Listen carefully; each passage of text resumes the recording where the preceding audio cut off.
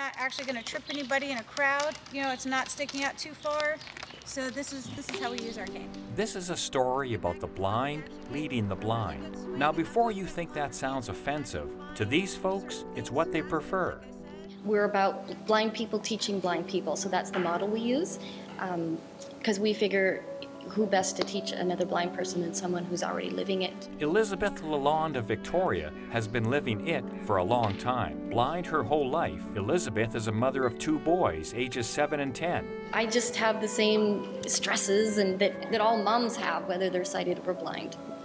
And it's challenging being a mom anyway, so, but I love being a mom. But Elizabeth has another love in her life. She's the director of the Pacific Training Center for the Blind, a nonprofit organization that provides programs that help empower people living with blindness. They meet in Victoria and Nanaimo 2 times a week. A lot of people actually think that I can still see, a lot of them. And it's just because I'm just so, I feel very comfortable in my skin, I guess you could say, even when I travel. And her travels have brought Danielle Fernandez, a consultant to the blind, all the way from Louisiana to the Pacific Training Center. Elizabeth hired Danielle to teach confidence-building skills like Braille, cooking, and cane travel. A lot of people just don't get out because they're afraid. They don't know how to. I love seeing change. I love seeing the thrill and the excitement that they get that they can actually do it on their own. Where's the clue that I told you guys last time? There's a telephone pole. Nope, that we're not on that side of the street.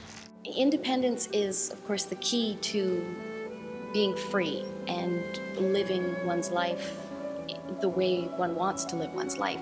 So having the choice to become employed and go out and do recreation and meet people and get married.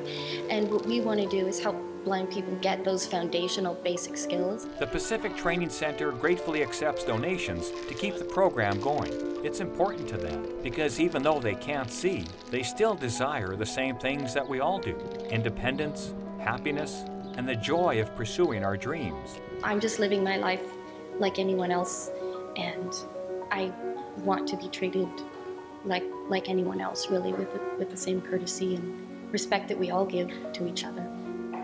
And yeah, and that doesn't mean feeling sorry for me or putting me on a pedestal either, because I have strengths and weaknesses just like anybody else.